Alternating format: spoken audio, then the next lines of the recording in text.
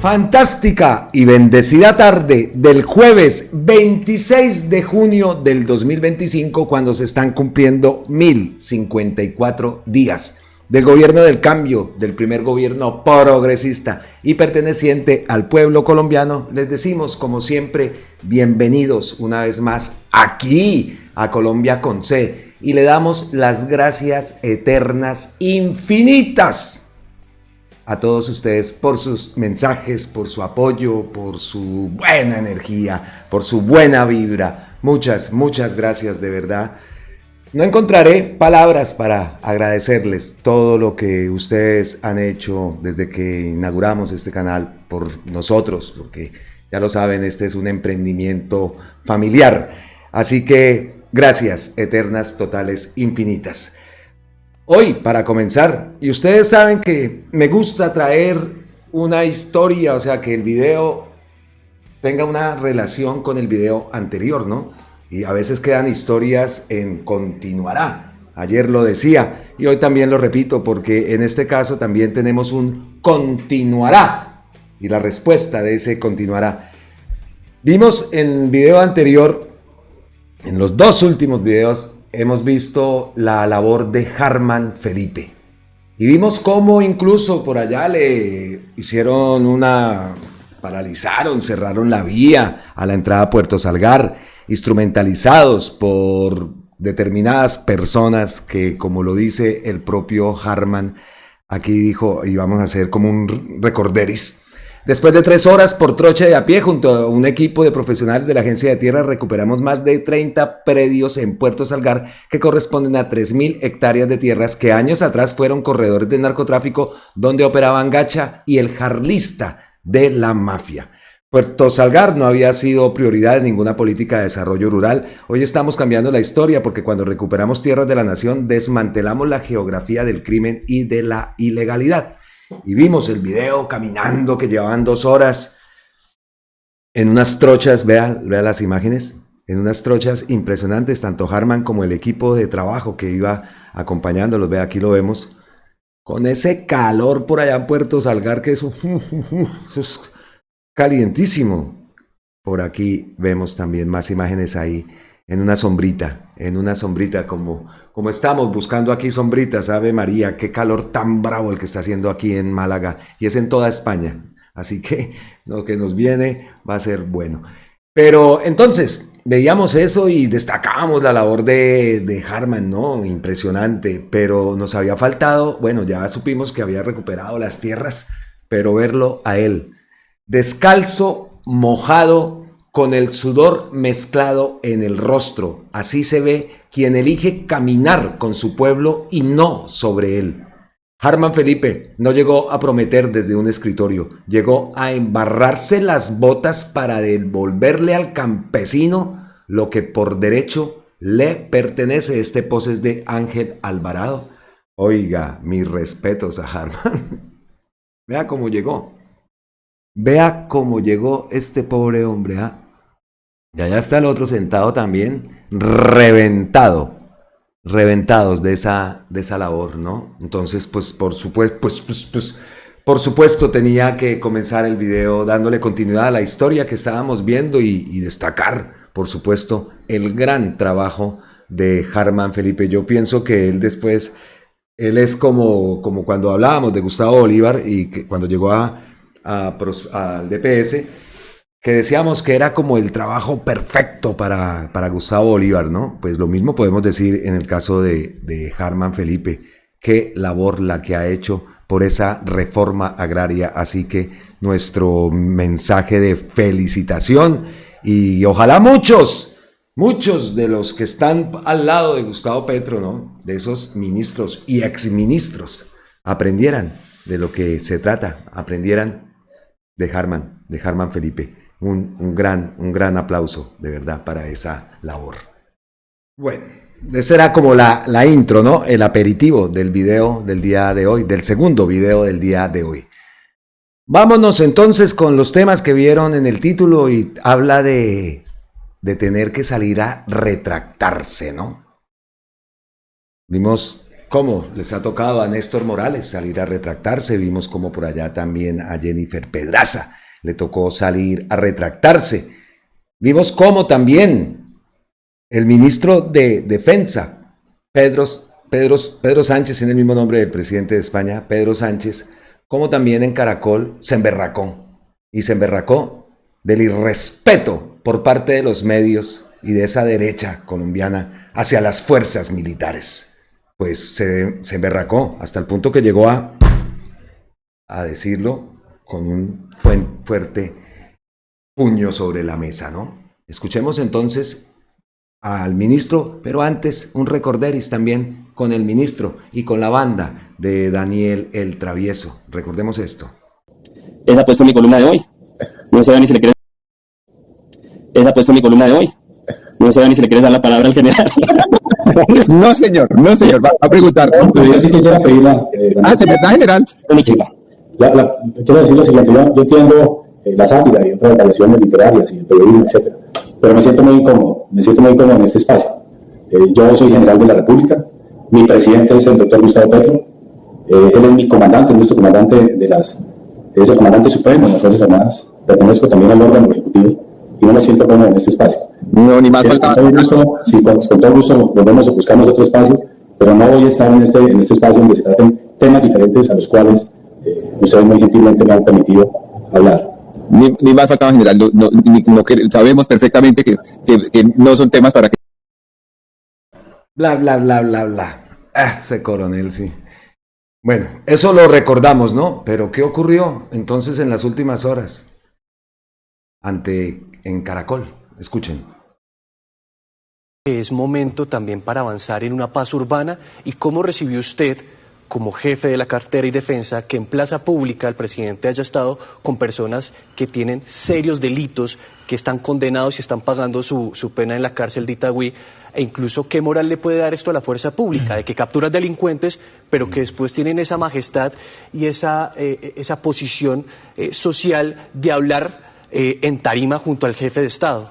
En esa tribuna que vieron ustedes allá, vieron al gobierno nacional con sus ministros, vieron también a personas del Poder Legislativo, senadores y representantes a la Cámara, vieron víctimas del conflicto, representantes de las víctimas, y vieron a voceros de los victimarios que se están sometiendo a este proceso.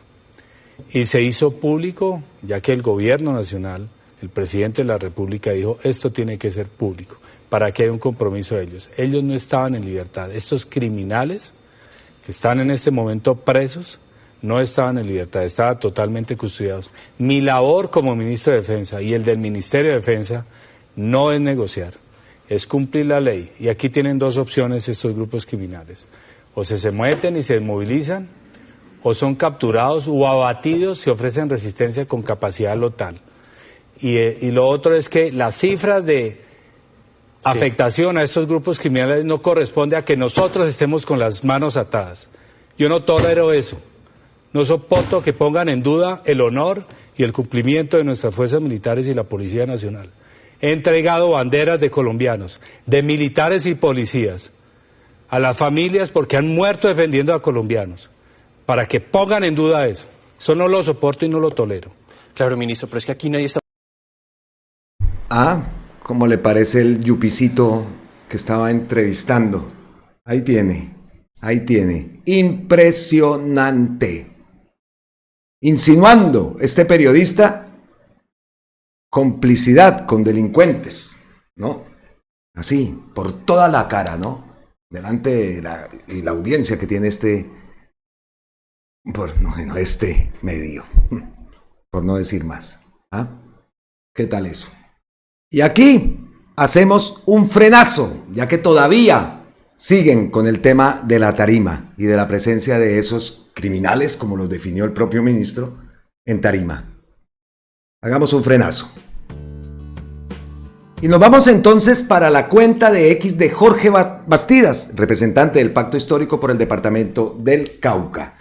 Jorge dice, Fico Gutiérrez se indigna porque Gustavo Petro promueve diálogo con grupos armados de Medellín. Pues sabían, la alcaldía de Fico Gutiérrez presuntamente se habría aliado con la oficina de Envigado para montar shows e inflar su imagen.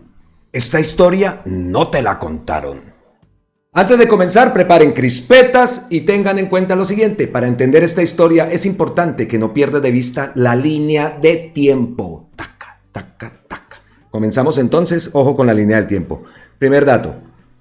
Enero 13 del 2017, 5:39 de la tarde. 5:39 de la tarde. Se publica este video de 3 atracadores asaltando a personas dentro de un vehículo en Medellín. Fico Gutiérrez era el alcalde. Lo publicó Prensa Paisa. Aquí vemos la fecha, 13 de enero del 2017. ¿Quién controla los robos en Medellín? La gente no los choca con sus carros y la policía de Medellín no aparece en las vías, pero sí los graba. Y ahí vemos el video, ¿no? Recordamos ese video. Yo me acuerdo de esta imagen. ¿Listo? Entonces, bueno, continuamos con la historia. Ojo con la historia. Enero 13 del 2017, ese mismo día a las 8:41 de la noche, Fico Gutiérrez publica este trino, dice que él mismo se hace cargo de atraparlos. Stop. Lección 1 de marketing político para principiantes. Aproveche la indignación y miedo para mostrarse como el alcalde salvador. Sigamos, y ahí vemos el post. Yo mismo estoy encargado para que se capture a estos 3 cobardes ladrones. Reunido con policía de Medellín, solo hay una opción: agarrarlos. 14 de enero del 2017, pero vemos la hora, ¿no? 8:41. Ese mismo día, a las 10:07, el 13 de enero del 2017, 17 de la noche, Fico Gutiérrez reaparece. Dice que hay 15 grupos trabajando en agarrar a los ladrones y que él no va a dormir. Stop. Lección 2 de marketing político para principiantes. Mostrarse muy ocupado genera credibilidad y conformidad. Ojo, marketing político para principiantes. La única opción es agarrar a estos 3 cobardes atracadores. Ya mismo voy para las zonas donde tenemos información. A las 2 de la mañana daré el primer balance. Entonces vemos ahí. Y hasta la hora que sea, la única opción es agarrar a estos 3 cobardes atracadores. Estamos en el comando de la Metropolitana con mi general Gómez, con Gustavo Villegas, secretario de Seguridad, y hasta la hora que sea, hasta que los agarremos. En este momento hay 15 grupos del grupo contra atracos de la SIJIN en diferentes sectores de la ciudad obteniendo. Bueno, vemos el cuadro, ¿no? Ahí vemos a Villegas y al de la policía. Listo.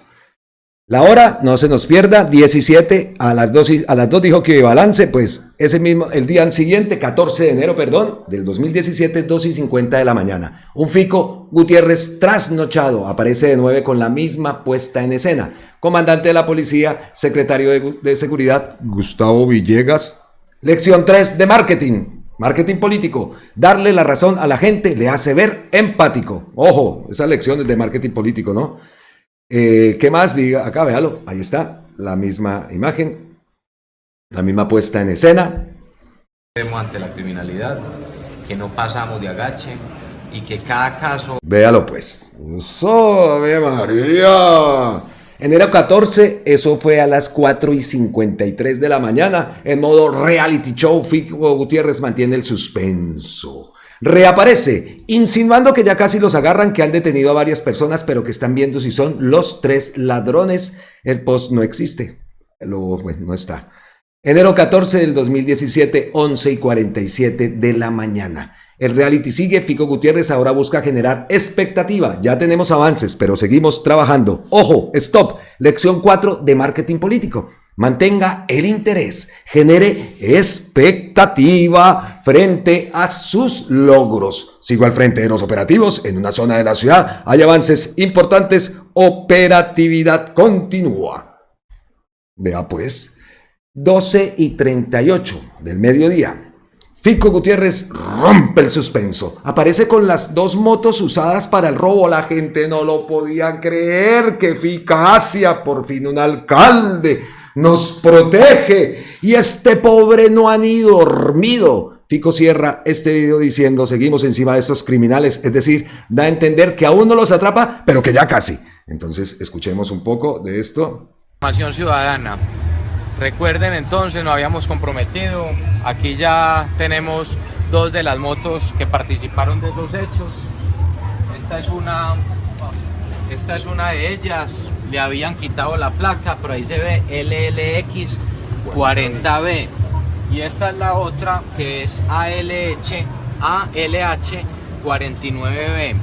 Estas son dos de las motos que participaron, por supuesto, y que fueron utilizadas para este hurto. Estamos dando resultados, y es decir, lo anormal nunca puede convertirse en normal. Estamos dando resultados. En las próximas horas vamos a dar, por supuesto, ya anunciar el tema de las capturas y vamos a seguir avanzando. Vea pues, continuemos, que esto está bueno. Enero 14 a las 3:51. El alcalde justiciero continúa con el reality y en la tarde hace una rueda de prensa donde dice que ya tienen a los 3 ladrones, que realizó operativos con 200 personas. Extrañamente no muestran públicamente a los ladrones. Ahí vemos la imagen. Enero 14, el mismo día, esto fue a las 3:51, ahora a las 6:43 de la noche ya. El reality show no para Fico Gutiérrez presenta un video de 1 minuto con música de acción y todo. El video muestra o simula el proceso para atrapar a los atracadores. ¿Realmente fue así? Ay, no puedo ponerle la música, ya saben, ¿no? Ahí está dando órdenes, ya esta gente hay que cogerla. 2 de la mañana, vea. Lo van a resolver. Vea las imágenes que vimos. Vea todo como lo tiene montado. Hágame el favor, comando de la SIJIN. O sea, es que la música es de suspenso. Ahí van, vea. Calles de nororiente de Medellín, 10 de la mañana. Verifique, mejor dicho, es que la música. Vea todo el operativo, pues. Allá llegaron, véalo, ahí está con la pinta en la cuadra donde los vimos y que las motos habían sido localizadas, ¿no? Ahí está, vea cómo. ¿Y dónde están los ladrones? Repasemos la línea de tiempo. Enero 13 del 2017 aparece el video del atraco, 8:41. Del mismo día, del 13 de enero del 2017, Fico Gutiérrez dice que él se hará cargo. 17, video Fico dice que no va a dormir. El 14 de enero, video sigo al frente. 4:53 de la mañana, video vamos bien. 11:47 de la mañana, hay avances. 12:38 aparecen las motos. 13:51 rueda de prensa, atrapamos los ladrones. 6:43 de la noche, video que muestra o simula el proceso. ¿Fue real todo eso? ¿Fue una inteligencia pura, 200 policías en la calle, un alcalde rápido y furioso que no durmió persiguiéndolos? ¿O fue una alianza con la oficina de Envigado que entrega a los ladrones? Y Fico usa esto para quedar como el héroe e inflar su imagen. Miremos evidencias. Resulta que un año después inició un juicio contra Gustavo Villegas, el secretario de Seguridad Fico Gutiérrez, sí, el mismo que sale en los videos del show. Los cargos: concierto para delinquir agravado por entregar información privilegiada a la oficina de Envigado. El caso fue así. Gustavo Villegas venía reuniéndose con personas de la oficina de Envigado o cercanas a ellos para trabajar en su sometimiento. ¿Sabe cómo les llamaban? Gestores de paz. Tome. Perdón, ustedes no estaban viendo. Aquí vemos la imagen. Perdón. Aquí vemos la imagen, ¿no? Del video que ya vimos. Entonces, Gustavo Villegas venía reuniéndose con personas de la oficina de Envigado cercanas a ellos para trabajar en su sometimiento. ¿Saben cómo se les llamaba? Gestores de paz. Cualquiera diría que ellos no tienen nada de malo, sin embargo varios de ellos cometieron delitos y luego fueron detenidos y condenados. Y adivinen, confesaron que tenían alianzas con Villegas. Recuerden, el secretario de Seguridad de Fico Gutiérrez, donde según ellos esto les advertía o prevenía sobre operativos de la policía y estos a su vez le ayudaban entregándole delincuentes y así poder mostrar resultados y dar golpes mediáticos. Tienen las crispeticas a la... Según la Fiscalía, era en realidad una gobernanza territorial en las comunas en alianza entre la misma Secretaría de Seguridad de Fico Gutiérrez y la oficina de Envigado. Y aquí es donde se conectan todos estos hechos con el reality del alcalde Gutiérrez. Los siguientes son los testimonios de los mismos condenados de la oficina de Envigado, quienes confiesan que los fleteros de aquel caso del 13 de enero los entregaron ellos mismos. Es decir, todo el reality del alcalde fue, según ellos, declarado bajo la gravedad de juramento. En realidad fue un montaje mediático, declarado bajo la gravedad de juramento. Antes de mostrarles los testimonios, acá pueden profundizar sobre el tema si quieren. La Terraza Banda Criminal, en la revista Raya, en Verdad Abierta, Aquí vemos esta imagen, la reunión entre el secretario de Seguridad de Medellín y un vocero de la oficina. Esta foto yo la tengo por aquí y vemos tres números, ¿no? Entonces, primero, ya lo sabemos, Gustavo Villegas. El número 2, este señor que está aquí, ese 2 dice aquí que es, Julio Perdomo, alias El Viejo. Lo vemos ahí, ¿no? Y por aquí, este número 3 de la camisa rosada. A ver, ¿quién es él? Edwin Tapias, desmovilizado de las Autodefensas Unidas de Colombia, fue capturado en 2010 por los delitos de concierto para delinquir y otros. Ahí lo vemos. Bueno, a ver, continuamos porque íbamos por acá. Este es el testimonio de Julio César Perdomo, donde confiesa que aquel 13 de mayo Gustavo Villegas le escribe diciéndole que le ayude con fleteros del auto blanco. Pueden ver el testimonio, que el señor Gustavo Villegas les dijo que Mariano le iba a pasar un dato para que les colaborara si podía, o sea, el tema de los fleteros, incluso más adelante se los dice directamente, ayúdeme con los fleteros, localizando a los que están buscando y a que le bajen, eso ayuda mucho para lo que sigue. Y se habla con el respectivo coordinador para entregárselos a la Secretaría de Seguridad y a la policía.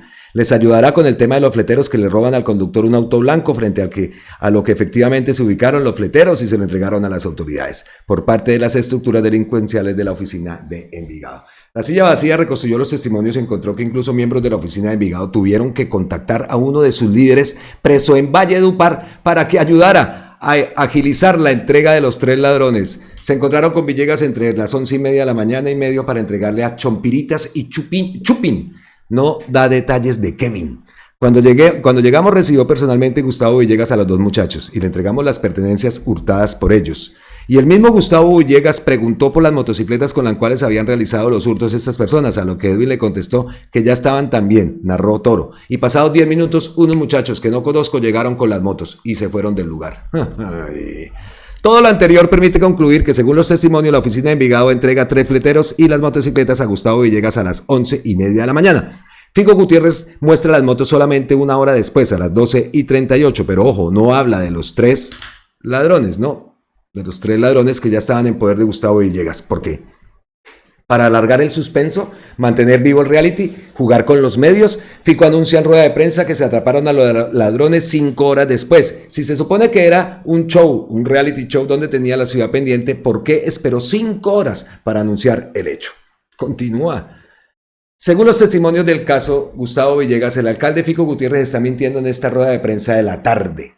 Dice que los atraparon porque 200 hombres los buscaron hasta debajo de las piedras y un vecino los delató. Los testimonios de los mismos miembros de Envigado dice que ellos lo entregaron. A ver, escuchemos un poco acá.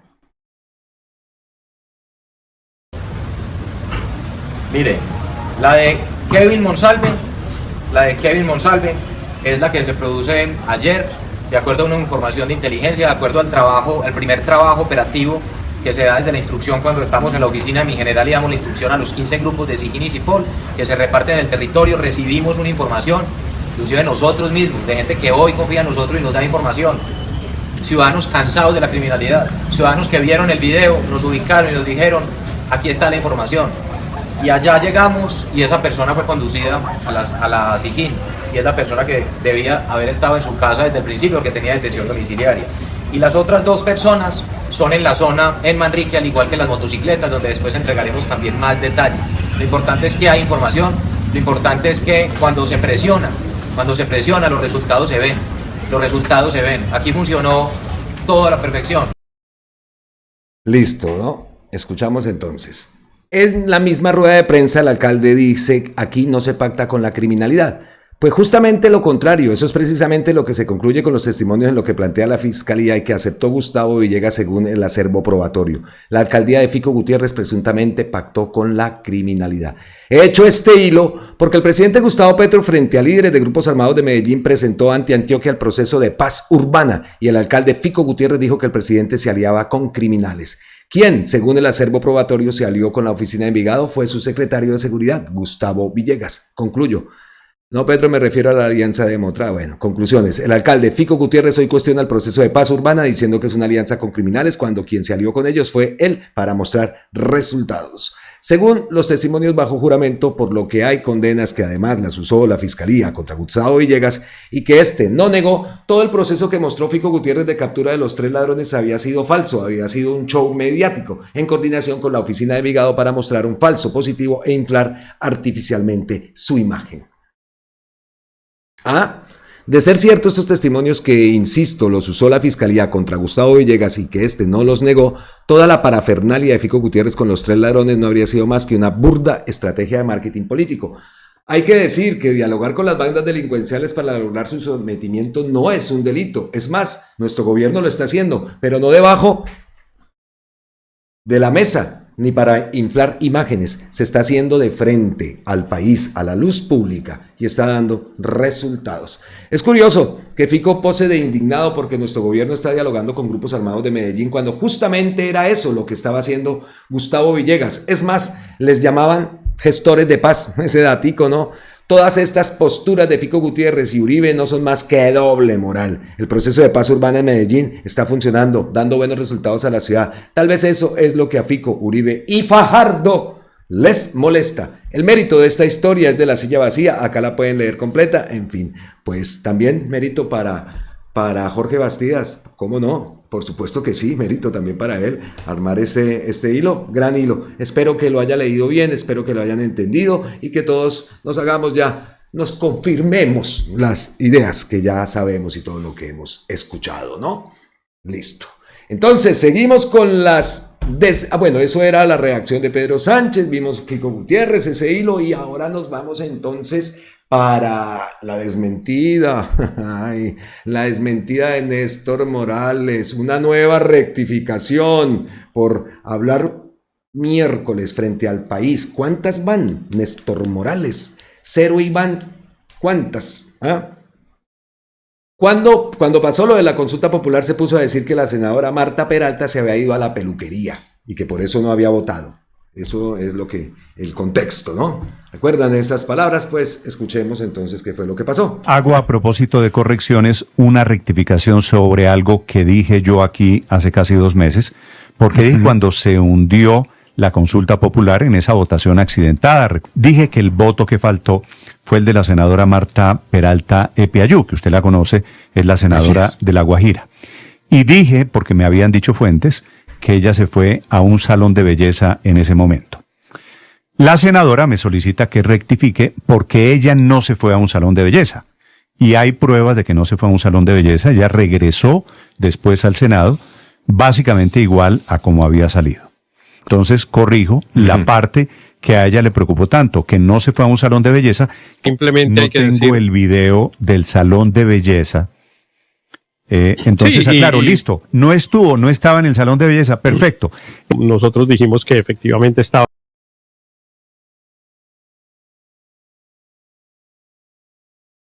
Todos dicen que es una retractación, ¿no? Pero si escuchamos bien, ahí está dejando la duda. Dice, no tengo el video de la peluquería.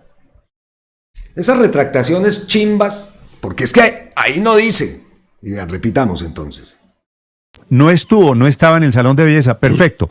El video del salón de belleza. Entonces corrijo la parte que a ella le preocupó tanto, que no se fue a un salón de belleza. Simplemente no tengo el video del salón de belleza. Ahí lo dice. Así que, yo no sé qué celebra la senadora también, pues dice que bien por la retractación y tal, pero dice, es que no tengo el video de la peluquería. ¿Va? Yo, de verdad, o es que estoy como mirando fuera del pote, como dicen. Entonces, sí, claro, listo. No estaba en el salón de belleza. Perfecto. Nosotros dijimos que efectivamente estaba en el salón de belleza, cosa que no pudimos comprobar, y por lo tanto hay que aclarar y decir, no estaba en el salón de belleza. No tengo pruebas de que la senadora Peralta Epiayú estaba en el salón de belleza. No las pude conseguir. 8:57. Hago a propósito de correcciones. Y no las pude conseguir, dice. Bueno, se retractó, ¿no? Y van varias, ¿no? Dice Marta Peralta, recibo con humildad la retractación del periodista Néstor Morales por haber afirmado que yo estaba en la peluquería y no en la votación de la consulta popular. Lo dije en su momento, era totalmente falso. Néstor Morales, no tengo bueno. Eso ya lo escuchamos, ya lo en el post de Marta Peralta es este, ¿no? Poco a poco los relatos periodísticos en nuestra contra se irán cayendo por su propio peso, dice también la senadora. A mí la verdad también me quedó la duda. Nosotros nada de peluquería ni nada, pero sí nos llamó la atención era el no estar atentos, tan atentos. Pero bueno, ya eso pasó, ya la consulta popular le dijimos, adiós consulta popular, ahí la tenemos, ¿no? Por supuesto que sí. Para que esto entonces sirva, ¿no? Para que en otras ocasiones, en momentos como ese tan claves, como dice, ahí sí dice la atropellada, ¿no? Votación, pues estar como un poquito más alerta, ¿no? Porque nosotros aquí analizamos y vimos cómo a Lirio Barrera le faltó entrar, fue a caballo, pasó por encima de toda la gente. El senador Wilson Arias también lo vimos como todos esos ponentes y toda esta gente de Mira y todos vimos a Fuenlantala allá haciéndose el gilipollas. Y se salió así, en vez de frentero decir, no, y listo, no, como lo vimos después allá en la comisión cuarta, eso sí muy alevoso, y contestándole al senador Wilson Arias, no, eso cogíse, nomás la actitud de salida, ¿no? Como mira, y se perdió, ¿no? Eso no se nos olvida, pero bueno, ya vamos mirando para adelante, ¿no? Para adelante, tenemos muchas más cosas ahora, como decimos, la consulta popular quedó ahí al ladito. Pero bueno, entonces esa fue otra retractación, ahí la escuchamos, y la otra la publica María Paula Fonseca. La representante Jennifer Peraza tuvo que retractarse de las acusaciones contra Benedetti. No pueden condenar sin sustento, atentan contra los derechos al buen nombre y la presunción de inocencia. Pretender ejercer justicia por mano propia es ilegal. Nadie puede suplantar la justicia. Nuestra sociedad no puede retroceder a las hogueras y la Inquisición. A negar la posibilidad de defensa, Jennifer Peraza publicó, fruto de un proceso de conciliación con el Ministerio del Interior, quiero señalar que me atengo a los resultados de las investigaciones en su contra ante los entes correspondientes. ¿Cómo no, moñito? Ay, Dios. Y seguimos entonces por la misma línea, ¿no? Porque lo último fue lo de esta periodista española, Eva Rey. Yo no sé por qué allá tiene tanto periodista bueno que se ve uno por acá, ¿no? Bueno, pues que se van a... Pero allá nos tiene que llegar toda esta... No digo la palabra, pero con el caso de Salud Hernández, hombre, ya tenemos. ¿Y cómo es que le dan cabida a la señora? Es que Eva Rey, es que entrevistando a Emilio Tapia, yo no lo podía creer cuando vi eso, un poco atrasado de la noticia, porque si no lo hubiera puesto en el video anterior. Pero ¿cómo es posible? Y aparte por allá preguntándole intimidades y que, pero ¿esto qué es? De por Dios. Entonces la señora Eva Rey se pronuncia tras la controversia que generó su entrevista con Emilio Tapia. ¿Cómo puede ser eso? Cuando uno la caga, tiene que reconocer que la cagó. Oiga, pero es que nos tiene que llegar ese periodismo español allá a Colombia. ¿No puede llegar algo bueno, de por Dios? Ya con Enfermedad Hernández tenemos y ahora Eva Rey. Dándole vitrina a semejante pícaro Emilio Tapia. Centros poblados y cuántos más. Por toda la cara, ¿no? Entonces después sale y dice, preguntando cómo se, o sea, lo que fue a preguntar cómo se en la cárcel con su esposa. Eso sí, muy preocupada por eso, ¿no? Pero no le preguntó cómo se también Emilio Tapia a los colombianos, ¿no? Con el robo de los 70.000 millones, por ejemplo. ¡Qué basura de entrevista! Y tiene razón, Larico. Por supuesto que sí, muy pendiente de cómo se bueno, ya entienden. ¿Pero qué? Y la que nos pegaron a los colombianos y a los niños, ¿no? Las conexiones y los 70.000, que por toda la cara. Y por allá la procuradora, que eso también, ¿qué pasó? Oiga, a propósito. Oiga, y a propósito otro, o sea, a propósito de la procuradora, ¿no? ¿Qué pasó con él? Y un a propósito aparte. ¿Dónde está Francia Márquez? Sería como ayer. Hombre, ayer no está la vicepresidenta. No sé si ustedes se lo han preguntado. Yo no la vi. ¿Ustedes la vieron? ¿Dónde está? Cierro el paréntesis y seguimos entonces con Eva Rey. Entonces postea que la cagó y entonces que qué vergüenza. Gustavo Petro pues, la reposteó, la citó el video, ya lo vamos a escuchar y postea. Muy bien. Soy humana y me equivoqué. Aquí la escuchamos, a ver. Ante el aluvión de críticas que he recibido después de la entrevista a Emilio Tapia, he decidido bajar los cortos que había subido a todas las plataformas, he decidido bajarlos y no se va a publicar la entrevista.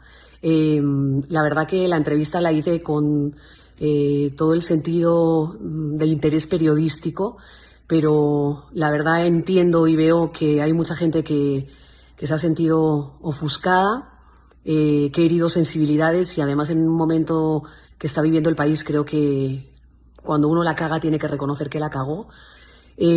Así que nada, he decidido, después de todo lo que me habéis escrito, de todo lo que he leído, de todas las llamadas que he recibido, asumir que sí que la cagué y que nada, que seguiré haciendo entrevistas. Esto me sirve para aprender, para trabajar con mayor rigor y para brindaros contenido que guste y diferente, que eso es lo que también creo que me hace a mí diferente.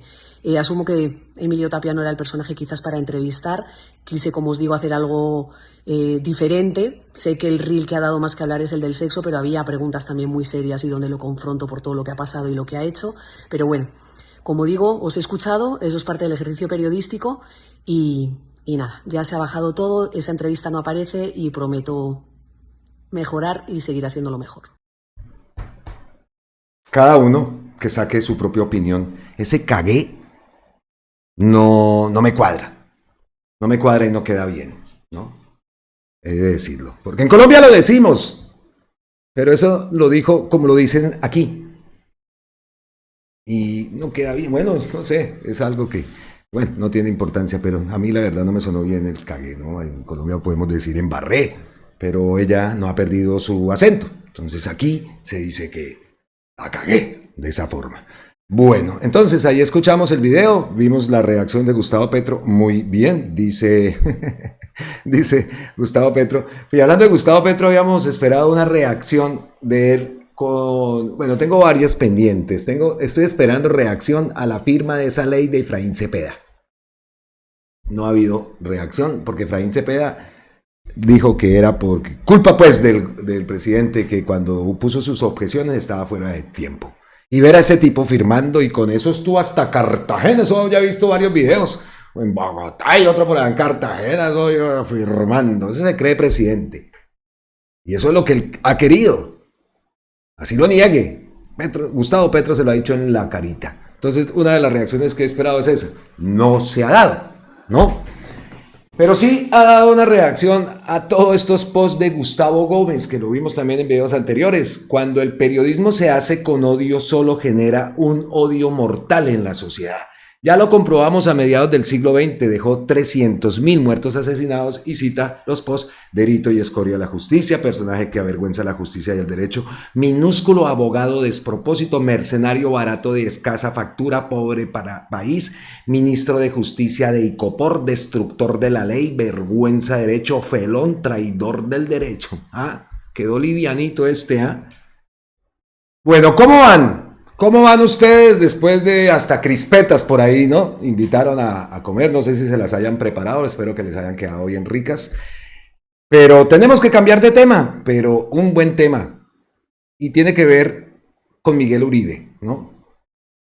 Y acá nos encanta porque para poder hablar de esto a mí no me gusta traer acá Infobae, que la W, que todos estos medios, no nos gusta, y entiendo también que otros canales también nos veamos muchas veces obligados. Ahí tengo a Infobae, por ejemplo. Ahí lo ven, ¿no? En uno de los... Porque no, muchas veces, digamos, yo, RTBC, ustedes lo ven acá, vean, aquí yo tengo a ver, ustedes no están viendo, acá tengo a RTBC, tengo a La Presidencia, tengo Radio Nacional de Colombia, por acá tengo otros medios, pero muchas veces se tarda de pronto la información en aparecer. De pronto en la versión digital, la versión de televisión, aparece perfecto. Pero en la parte texto, la parte de página web, se demora muchas veces en llegar las noticias actuales, se demora bastante. Entonces nos toca a veces recurrir por ahí. Allá vemos a Alejo también con W y a todos. Porque es que pasa eso. Esa gente sí es máquina en eso. Y esa crítica o ese aporte lo hemos hecho también aquí desde Colombia con C al equipo de RTBC, la página web que tenga más todas esas noticias que se producen, que se tenga un trabajo periodístico también. Ahí pueden haber más jóvenes, no sé, pero que se encarguen de esa página, de esa parte, para que podamos también, se les da visibilidad a RTBC, que nos gusta, y no le damos visibilidad a los medios que siempre estamos criticando. Eso es algo que siempre lo he dicho, pero a veces, como les digo, nos toca recurrir a eso. Entonces aquí vamos a hablar de Miguel Uribe y nos vamos a un medio que nos gusta, que nos encanta, y es la revista Raya.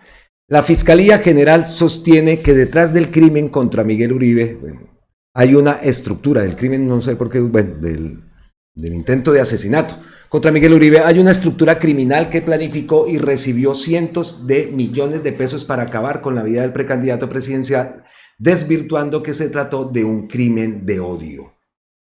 Entonces, aquí tienen esta pieza gráfica, caso Miguel Uribe, no fue un atentado por odio, fue orquestado y con cientos de millones de pesos detrás, por Juan Carlos Granados Tuta.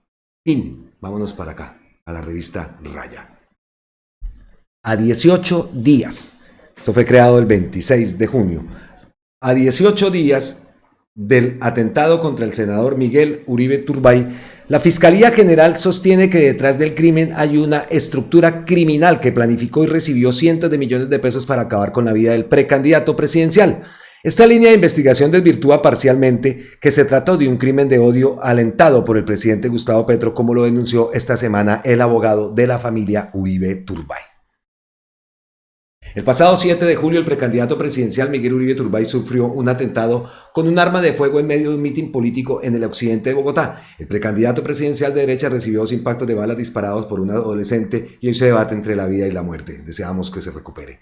Eso lo digo yo. Desde entonces, medios masivos de comunicación y los políticos cercanos al precandidato, principalmente del Centro Democrático, su partido, han impulsado la tesis que se trató de un atentado motivado por odio, alentado por las publicaciones y declaraciones del presidente Gustavo Petro. Sin embargo, los hallazgos de la Fiscalía y la Policía apuntan a que hubo fines políticos, pero en una operación orquestada en la que hubo una considerable suma de dinero de por medio. ¿De quiénes se trata? ¿Realmente alguien se despertó, leyó un trino de Petro en X y dijo voy a ir a pelar a Miguel Uribe? ¿O una hipótesis que se cae por su propio peso? Veamos los hechos. Recién ocurrió el atentado. Noticias Caracol hizo una ronda de entrevistas con distintas figuras de la política nacional en las que se hizo un llamado a desescalar el lenguaje y la polarización, pero siempre enmarcando al presidente Gustavo Petro como el principal responsable. El 8 de junio, un día después del ataque, Noticias Caracol publicó en X el siguiente mensaje: líderes e instituciones llaman a frenar la polarización tras el atentado a Miguel Uribe Turbay. Desde el inicio, el cubrimiento se centró en enmarcar este crimen como una reacción individual de un fanático motivado por odio político que disparó contra el precandidato. Me encantan estos análisis. Por su parte, la innombrable periodista y precandidata presidencial de derecha hizo una publicación en su cuenta de X en la madrugada del 8 de junio. Allí señaló como responsable político del atentado al presidente Gustavo Petro. No obstante, aún más grave fue la declaración también en X del presidente del Senado, Efraín Cepeda. El presidente Petro ha conducido al país a un abismo que jamás imaginamos que volveríamos a enfrentar. Su manera de dividir y de señalar ha sido interpretada por los grupos criminales como una señal que incentiva la violencia. El presidente del Senado relacionó directamente la discusión política del país con el atentado a Uribe Turbay y responsabilizó al mandatario de alentar la violencia. En esa misma línea, el abogado de Miguel Uribe, Víctor Mosquera, anunció el pasado 24 de junio que radicó una denuncia contra el presidente Petro ante la Comisión de Acusación de la Cámara de Representantes por presunto hostigamiento al precandidato presidencial. Mosquera afirmó que si bien no se podía asegurar que los comentarios de Gustavo Petro fueron el motivo del atentado, sí pudieron haber generado un ambiente propicio. Como prueba, presentó un documento de 20 páginas con 42 tweets en los que señala que el presidente Petro instigó a Miguel Uribe. Sin embargo, ante esa afirmación, cabe preguntarse, ¿quién pagaría 1.000 millones de pesos para ejecutar un ataque sicarial motivado únicamente por unos trinos de Petro? Lo cierto es que los hallazgos de la Fiscalía y la Policía van en contravía de la narrativa generada por los políticos y los grandes medios de comunicación.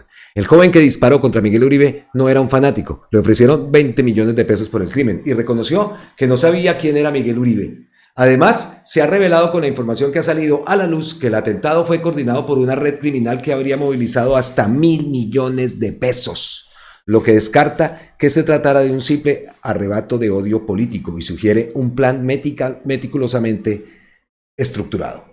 Podemos decir claramente que hay una intelectualidad y que a través de un outsourcing criminal contratan grupos criminales. En este caso contrataron a un grupo criminal dedicado no solamente al tráfico de estupefacientes, sino a generar esas afectaciones a la vida, explicó el director de la Policía, general Carlos Triana, en entrevista con la revista Innombrable hace pocos días.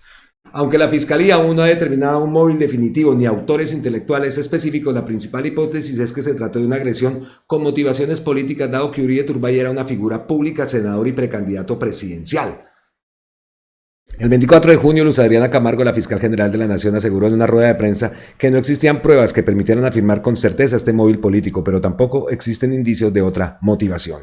Nosotros no tenemos evidencia alguna de un móvil distinto. El senador se encontraba en un acto de pre-campaña en una plaza pública, en un parque de una localidad de Bogotá. Estaba evidentemente haciendo una manifestación política y en paralelo nosotros no tenemos referencia de amenazas en su contra, de problemas personales en su contra, de algún otro delito que hubiese podido motivar este atentado tan planeado. Y por eso es que hablamos que este es el escenario en el cual se enmarca jurídicamente hablando esta conducta, dijo la jefa del ente investigador. Camargo y el general Triana, director de la Policía Nacional, dieron a conocer otros avances en la investigación, que hasta la fecha ha dejado 4 personas capturadas que estarían involucradas en el momento del acto violento. El primero es un adolescente de 15 años, arrestado el mismo día del atentado, señalado de disparar contra el senador. También han sido judicializados Carlos Eduardo Mora González, quien había transportado a los implicados y el arma antes del crimen, Catherine Andrea Martínez, quien trasladó y entregó el arma y vigiló la zona del atentado, y William Fernando González Cruz, quien participó en la planeación, selección del menor como sicario y la fuga de los demás implicados. Según la fiscal Camargo, se les imputaron los delitos de tentativa de homicidio agravado, uso de menores en la comisión de delitos, porte ilegal de armas de fuego y ocultamiento o destrucción de material probatorio.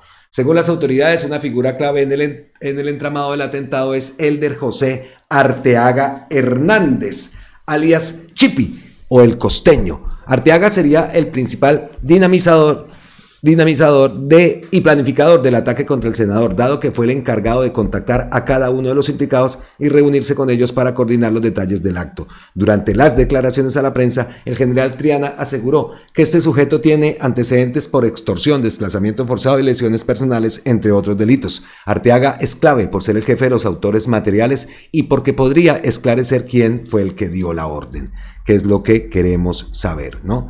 Entonces, pues, todos estos datos, a ver qué más dice por aquí. Además de las capturas que han permitido reconstruir parte de la operación para asesinar al precandidato presidencial durante las audiencias, han salido a la luz detalles que refuerzan la hipótesis de un atentado planificado con tiempo y respaldado por grandes sumas de dinero, tanto para los implicados como para la logística. El 9 de junio, 2 días después del atentado, el director de la Policía, general Triana, detalló que el menor utilizó una pistola Glock, comprada en agosto de 2020 en el estado de Arizona, en los Estados Unidos. Aún no se sabe cómo llegó a Colombia ni cómo la obtuvo el menor que disparó contra Uribe Turbay. Según Catherine Andrea Martínez, Elder empezó a hablar del arma que venía del extranjero y que era una Glock, que había costado como 15 o 20 millones. Por su parte, el joven declaró, recién fue detenido, que lo habían contratado bajo la promesa de pagarle 20 millones de pesos después de que cometiera el crimen.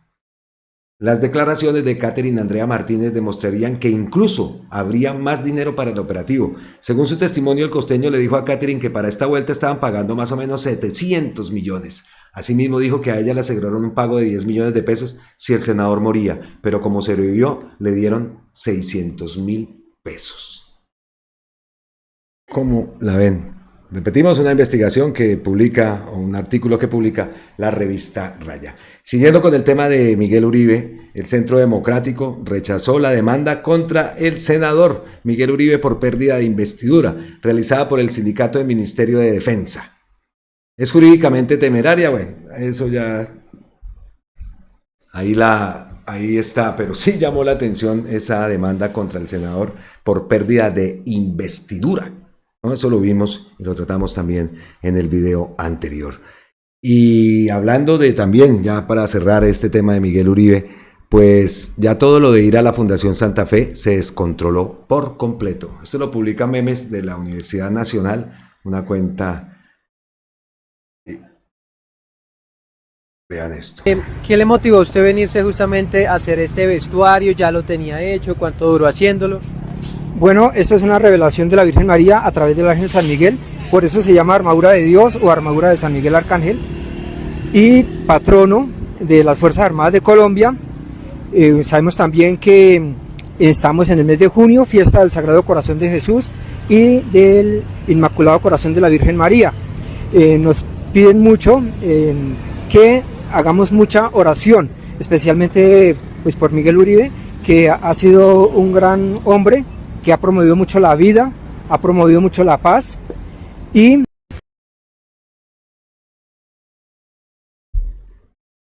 ¿Ah? No, pues, respeto. Es que iba a meter un garzón, pero no, por respeto, ¿no? Oiga, pero yo no me estoy burlando de Miguel Uribe. Yo me estoy... Sí, me da risa ese tipo, entonces, garzón.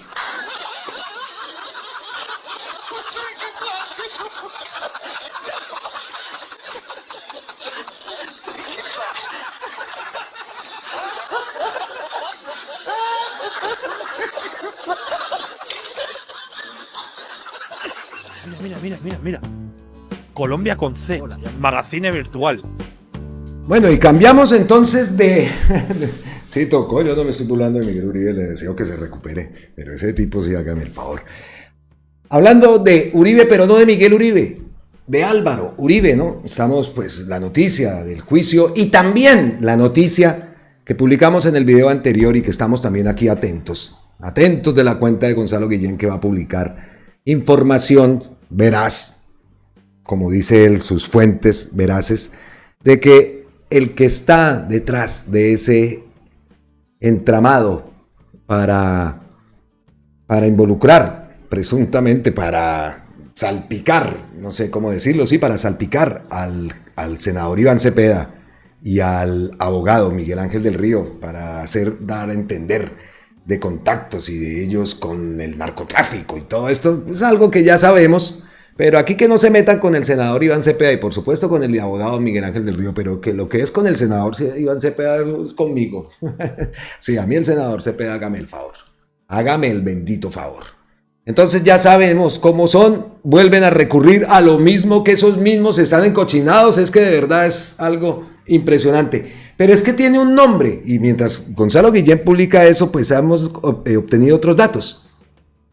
Resulta que la llaman el tsunami uribista, porque arrasa con todo, ética, verdad y justicia. Están desesperados. Iván Cepeda les ha volteado cada etapa del juicio, dejando en evidencia sus mentiras. Uribe ha hecho desfilar criminales para salvarse. Hoy está más cerca que nunca de ser condenado. Oiga, y tan alarmados por lo de la tarima, ¿no? Pero vean, es que nomás hay que ver. Bueno, ya vimos todo lo de Fico, pero es que ahí en el juicio todos los días no fue un desfile de paracos y paracos y paracos que le rendían pleitesía a ese personaje. Entonces ahora muy indignados, ¿no? De verdad. Entonces, ojo, que lo del tsunami uribista es verdad. Y como saben que está más cerca que nunca de ser condenado, pues así se llama. Y vean lo que dice este Arizabaleta. Pido a todos que se active el tsunami uribista. No podemos permitir que condenen al político más grande de todos los tiempos. Ah, Arizabaleta Lame. Vea. Ahí está. El tsunami uribista. Ojo entonces, ¿no? Información, el tsunami uribista. ¿Quién está orquestando todo esto? Gonzalo Guillén habla también de las pruebas que tiene, de que el que está detrás de todo esto es Diego Cadena, y seguimos entonces pendientes de eso, ¿no?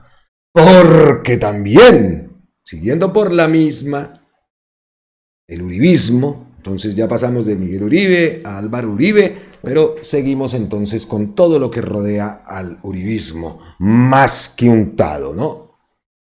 Reaccionó Wilson Arias a la noticia que publicó Mapi, la tomamos de Mapi, Mapi Aguilar, que es el medio Hoy Noticias, sí, Hoy Noticias. Los testigos falsos, una práctica instituida en espacios de la rama judicial y promovida por cierta derecha colombiana, el uribismo más que untado. Y pues cita lo que hablamos también en el video anterior, se le complica la vida al exfiscal y a la exfiscal y concejal de Medellín, Claudia Carrasquilla, al alcalde Fico Gutiérrez, con el reciente comunicado de Henry Giovanni Cifuentes, testigo de falsos positivos judiciales de la fiscal en mención durante la primera administración de Fico Gutiérrez, ¿no? Esto lo vimos en el video anterior. Espere, lo ampliamos un poquito como para leer una parte, como para que, si no lo han visto en el video anterior, lo leímos todo. Bueno, aquí está. El precio de la verdad. Comunicado a la opinión pública por las declaraciones de los voceros de paz por Henry Giovanni Cifuentes Ortiz, testigo de falsos positivos judiciales en la ciudad de Medellín. Desde el exilio, el precio de la verdad durante años fue una herramienta del poder. Desde muy joven la Fiscalía General de la Nación me instrumentalizó para fabricar procesos, construir expedientes y declarar en contra de decenas de personas, muchas de ellas inocentes, como parte de una estrategia institucional para mostrar resultados, cobrar recompensas, obtener ascensos y ganar popularidad en los medios, ejemplo el caso del señor Vallejo. Por acá dice: fui testigo en más de una decena de procesos contra cabecillas, mandos y medios y bases de estructuras armadas en Medellín. Declaré bajo presión, muchas veces guionado, manipulado y temeroso. Las órdenes venían desde los despachos de fiscales de la Unidad contra el Crimen Organizado, como fue la señora Claudia Carrasquilla, hoy concejala de Medellín, quien lideró operaciones que hoy están en tela de juicio por los graves vicios en la construcción de la prueba. Claudia Carrasquilla, ya hemos visto, incluso por ahí leí también a Daniel Mendoza que le pegó una revolcada de esas que él suele pegarle también a muchos de estos de la derecha, ¿no? Entonces, complicadito el panorama para el uribismo, ¿no? El uribismo cada vez más untado, como lo dice Wilson Arias. Y queremos saber quién dio la orden de ese atentado contra Miguel Uribe. ¿Listo? Llegamos así entonces a las ñapitas, al bonus track, al vendaje que siempre tenemos aquí en nuestro contenido en Colombia con C. Primer ñapita del día: Luis Guillermo Pérez parece un chiste flojo, mas no lo es. Es el reconocimiento de la putrefacción del régimen. Juan Manuel Santos llama al expresidente Álvaro Uribe para defender las instituciones, la base de la democracia. Defendiendo las instituciones vamos a poder unirnos. ¿Perdón? ¿Uribe defensor de las instituciones y de la democracia? El que convirtió el DAS en una policía política para perseguir a la Corte Suprema, a los políticos de oposición, a periodistas independientes, a los defensores de derechos humanos. Uribe, cuyo gobierno compró congresistas para cambiar la constitución y hacerse reelegir. Uribe, el de la escombrera. Uribe, el de los 6.400 ejecuciones extrajudiciales. Uribe, el que quiso arrasar con la justicia para destruir al senador Iván Cepeda. Uribe, demócrata. Uribe, defensor de las instituciones. Más que un llamado a los demócratas, es un llamado a la oligarquía y a sus déspotas corruptos, porque le temen a la voluntad popular. Más que un concierto de cleptócratas contra el presidente Gustavo Petro, es una manifestación clara de su desprecio por el pueblo y por la democracia, en la defensa del statu quo que ha llevado a Colombia a ser el tercer país más desigual del mundo. El presidente Gustavo Petro reivindica un derecho constitucional del pueblo soberano para si es la voluntad del mismo y no la suya, el pueblo en plena libertad decida si quiere o no quiere una asamblea constituyente. ¿Cómo les parece este mamarracho? Oiga, ¿y no hay forma de retirarle ese Nobel? ¿Qué Nobel va a tener? Y aparte es que con Uribe ahora es que también tienen que esconderse y tienen que taparse entre todos. No, mosca, no sea, porque también con los falsos positivos, ¿qué? Calladito y pasando de agache, ¿no? Ojo, es que esto sí es totalmente inverosímil lo que ocurre, ¿no? Y se están uniendo y se van a unir, y téngalo por seguro que eso les importa 5. Y véalos, allá están. Entonces, ya tenemos aquí claro lo que nos viene, ¿no? Ya deberíamos cada uno, yo lo estoy haciendo. ¿Qué personas podemos, una listica, ¿no? De que digamos, oiga, no han votado. Bueno, mi hijo es primer votante, entonces ya tengo ayuno. Pero hagámonos una lista de personas que conozcamos. Oiga, doña Rosa, don Pedro, doña María, Jaime Andrés y tal. Entonces hacemos esa lista, a ver si cada uno de nosotros nos conseguimos ya 5 votos mínimo, 10, 15, 20. Vamos a hacerlo. Personas que sepamos que no han votado, que no han votado, que no van a votar o que votaron por otros. Pero que no sean de las personas que sabemos, ya que doña María va a votar, eso es más triste, entonces doña María no entra ahí, ¿no? Es las listas de... A ver cómo le hacemos, a ver cómo nos movemos, porque esto que nos viene esta gente, y aparte tienen registraduría, registrador, cortes, mejor dicho. Pilas. Y también tiene que tener mucho cuidado Gustavo Petro con cualquier pronunciamiento, no sea que le caigan encima, hablando de elecciones y todo eso, porque debe estar, a ver cómo le caen encima. También tenemos que tener en cuenta eso, ¿no? Entonces estamos con Juan Manuel Santos, pero aquí yo me acordé de un video de ¿dónde está mi querido Gustavo Bolívar? Aquí como guardando la relación de lo que dice Luis Guillermo Pérez en el último post.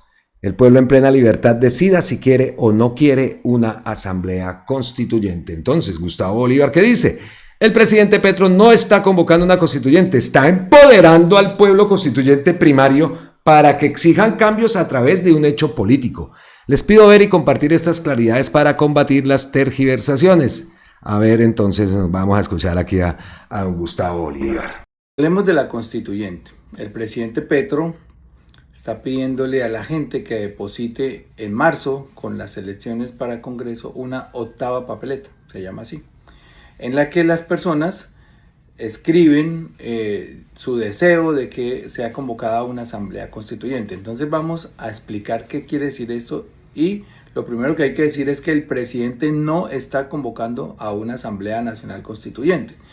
Primero, porque no puede. Segundo, porque quien puede hacerlo, según el artículo 376 de la Constitución, es el Congreso de la República. Pero lo que está haciendo el presidente es empoderando a la gente, diciéndole: hey, ciudadanos, pueblo, poder popular, ustedes son el constituyente primario. ¿Qué quiere decir el constituyente primario? Que son los que mandan en este país, las mayorías son las que mandan en este país. Entonces, depositen esta papeleta, generen un hecho político, no jurídico, porque jurídicamente, digamos, no existe una figura de ir a depositar una papeleta, como sucedió en los años 90 con la constituyente que nos dio la constitución actual, que fue la 7ª papeleta, sino vayan, depositen una papeleta, generen un hecho político que se debería generar con millones de papeletas, para que la registraduría las cuente y el Congreso tome nota de que el pueblo quiere una constituyente.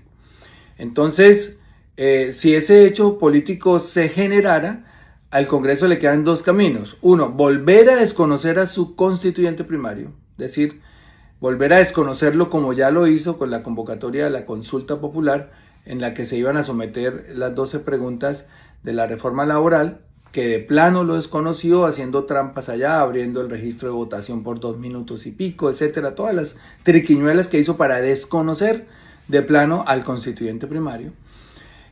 O tiene que hacerle caso a la ciudadanía y decir: bueno, aquí hay unas mayorías exigiendo una constituyente, convoquémosla. Entonces eso tendría que tramitarse una ley a través del Congreso, votarse y ganarse. O sea, el Congreso de la República hoy es un poder, uno de los 3 poderes, es independiente y eso no se desconoce. Lo que sí está claro es que aunque lo desconozcan, hay un bloqueo institucional de parte del Congreso de la República. ¿En qué lo podemos medir? 3 cosas muy rápidas.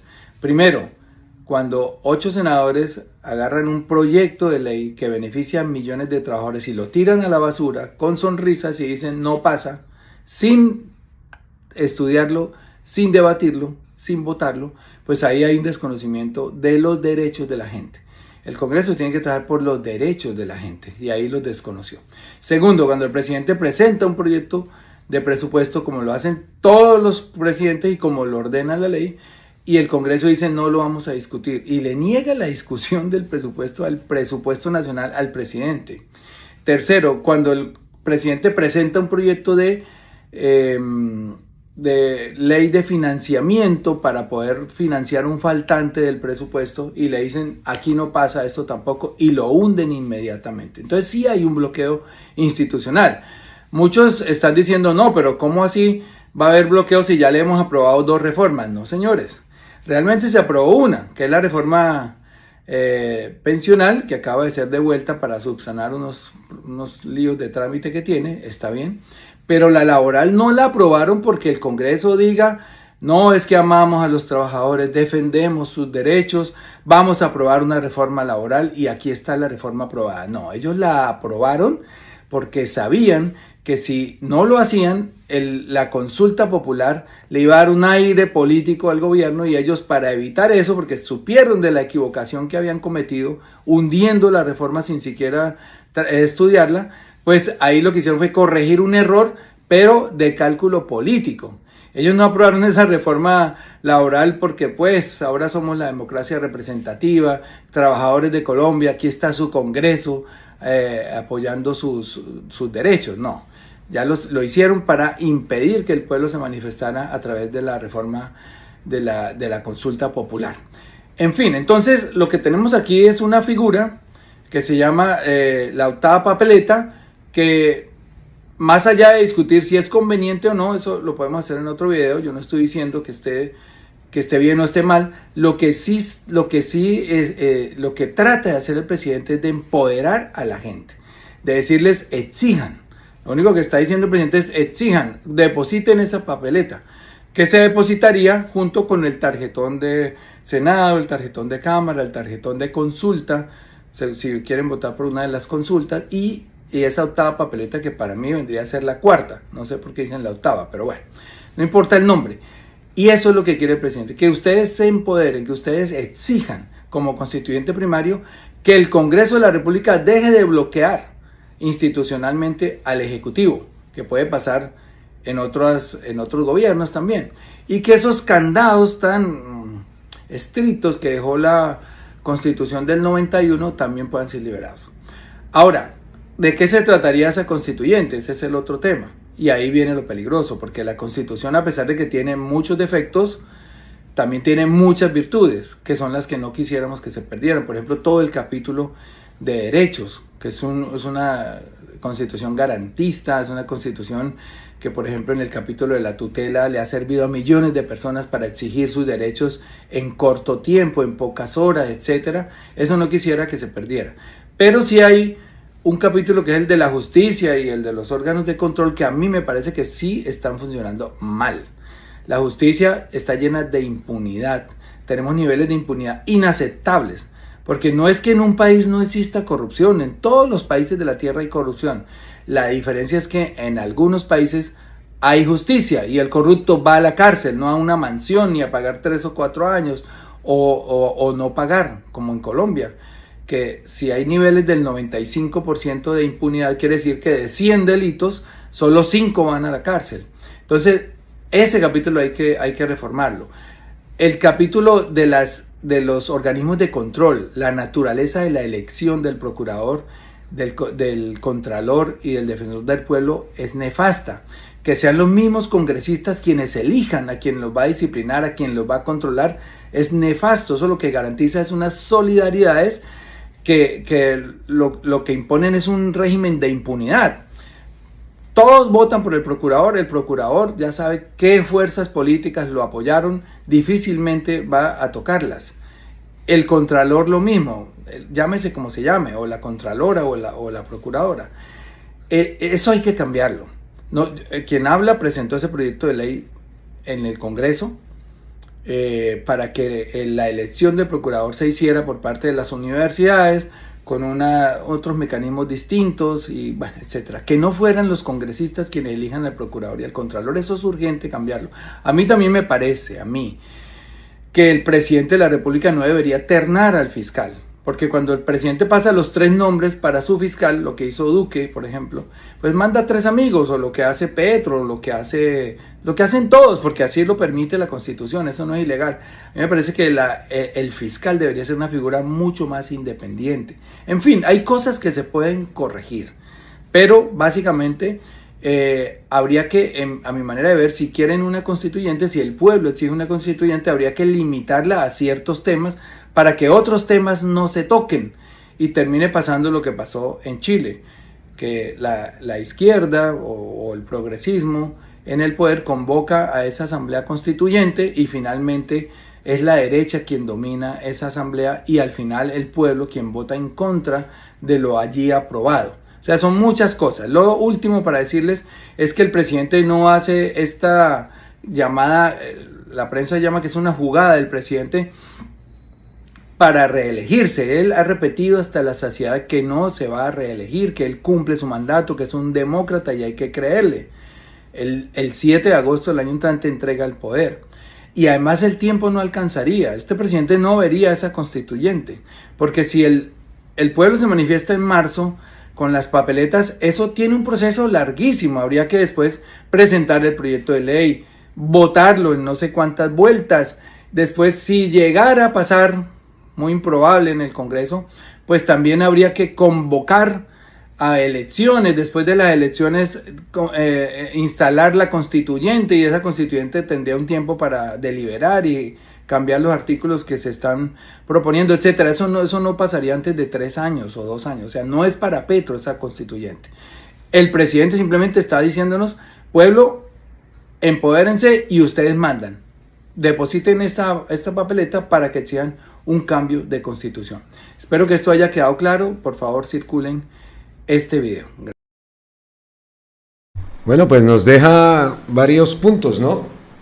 Obviamente no queremos un retroceso, ¿no? Obviamente el ejemplo de Chile también nos puede servir, ¿no? Pero también lo que dice Gustavo Bolívar, lo que nosotros también acá opinamos, hay muchas cuestiones en la parte de justicia, de la elección de procuradores fiscales y todo eso no puede ser, eso es una sinvergüenzura. Eso es lo que es, y lo que buscan ellos es mantener siempre su status quo, su privilegio, y de cuándo acá. Entonces falta ver entonces cómo serían las elecciones de todos estos organismos y de todos estos magistrados. Es que hasta los magistrados, de verdad, vean México como lo hizo, ¿no? Con el pueblo. Pero entonces hay muchos puntos que se destacan y se rescatan de este video que ha publicado Gustavo Bolívar. Nos habla también cómo sería el proceso, en los tiempos, el Congreso y el Congreso y el Congreso.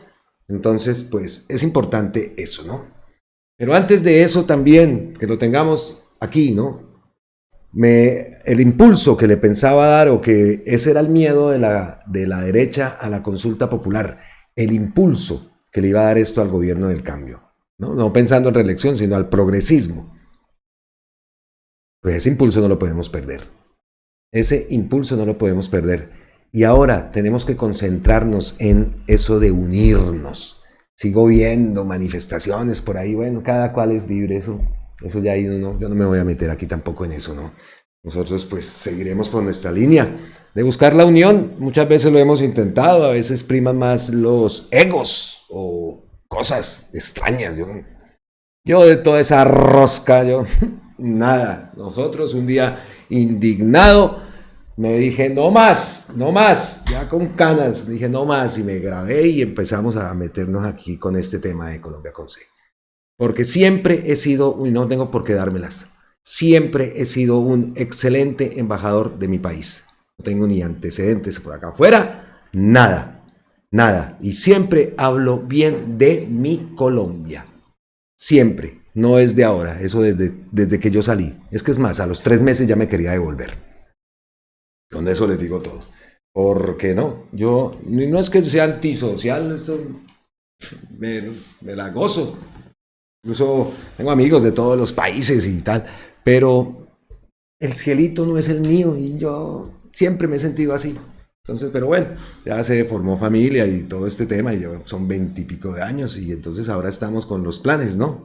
Ya ustedes lo saben, ya nos encontramos muchos por allá, muchos saben también por qué estoy acá de vuelta, por ahí los escuchan también ladrando. Yo no podía seguir en Colombia solo y gastando un dineral también que ni tenía, porque eso no hay bolsillo que aguante pagando un apartamento diario amoblado, y si vas a intentar alquilar un apartamento, pues su vida crediticia y sus papeles y sus cosas y bueno, todo ese papelerío.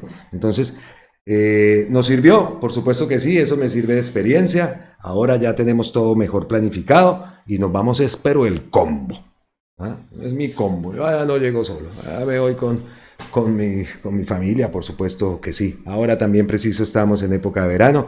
La juventud, pues el verano para ellos es el verano, así como cuando uno era joven, en playita, y aquí en Málaga, pues imagínate, entonces aquel está feliz, eso le encanta la playa y todo eso, pues claro, más con esas temperaturas. Entonces está todo el mundo en su ambiente de verano. Eso también nos ha, esperemos porque el verano entonces agosto termina por allá en agosto, ¿no? Vamos a ver. Y aparte con el problemita también del ICA, pero ya lo hemos medio solucionado.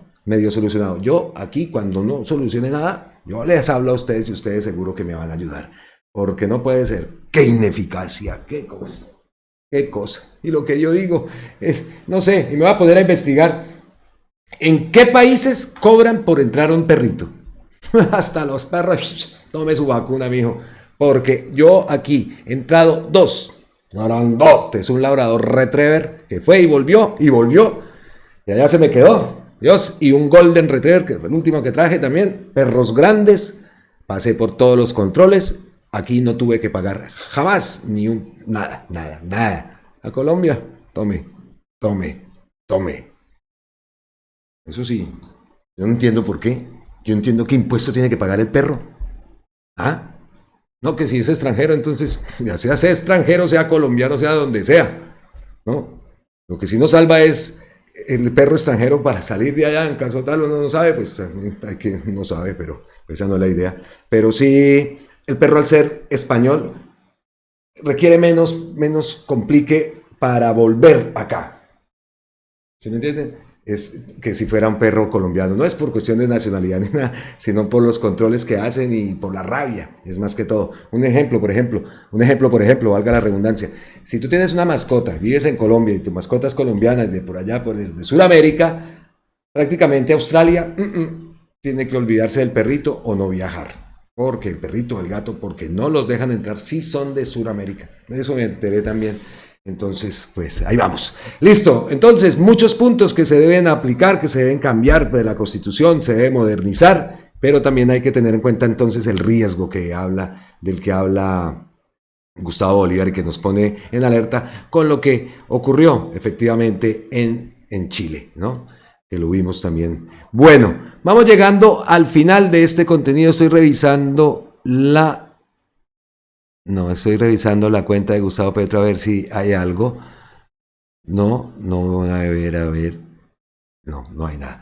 Pero, llegando al final del contenido, recibí un mensaje de una suscriptora y me decía, oiga, es que el palabra que sí era de Pizarro. Y ignorancia la mía.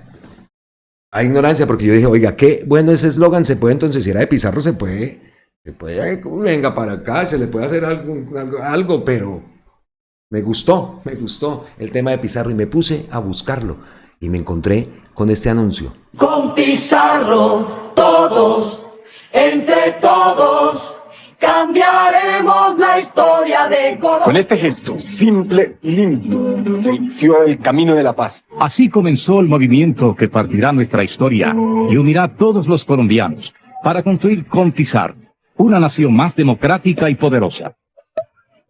Palabra que sí. Ahí está el palabra que sí, efectivamente. Así que muchas gracias a la suscriptora que me puso en conocimiento. Pues muy bueno, se debería reutilizar o algo. No sé, esa frase me gustó. Palabra que sí. Palabra que sí, llegamos hasta el final, aquí al final de este contenido. Esperamos que haya sido de su agrado. Ya revisé la cuenta de Gustavo Petro, pero antes de irme, aquí ya nos está cogiendo la noche. A ver, por aquí. Vea pues, sí hay. Fresquito. Esta reunión sí fue buena, pero si es pública y frente a las víctimas es mala.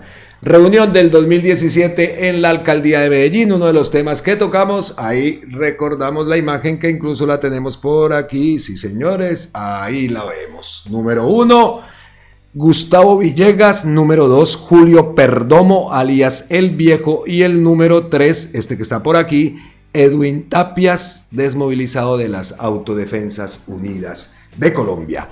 Reaccionó Gustavo Petro a esa imagen. Estoy esperando de lo de Cepeda firmando leyes. De eso, ¿cómo así?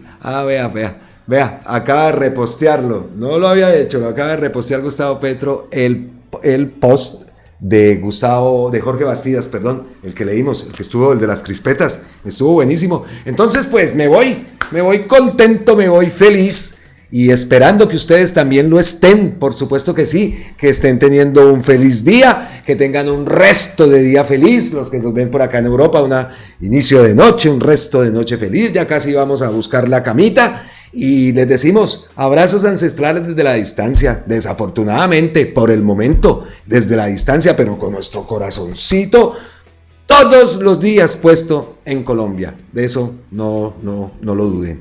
Y ya les di los abrazos ancestrales, gracias les di al principio, pero cómo no les voy a dar gracias al final, gracias eternas, totales e infinitas a todos ustedes por su impresionante apoyo. Miles y miles de bendiciones y nos vemos en la próxima, aquí en Colombia con C. Está haciendo daño el aire, tengo acá, ustedes vieran lo que tengo acá, por allá tengo un ventilador de techo, porque Ave María, qué calor, y es que el aire acondicionado a mí me mata, pero entonces tengo un ventilador de techo y todo me está revolcando por acá pelucitas y de cosas. Ay Dios, nos vemos, hasta mañana, gracias.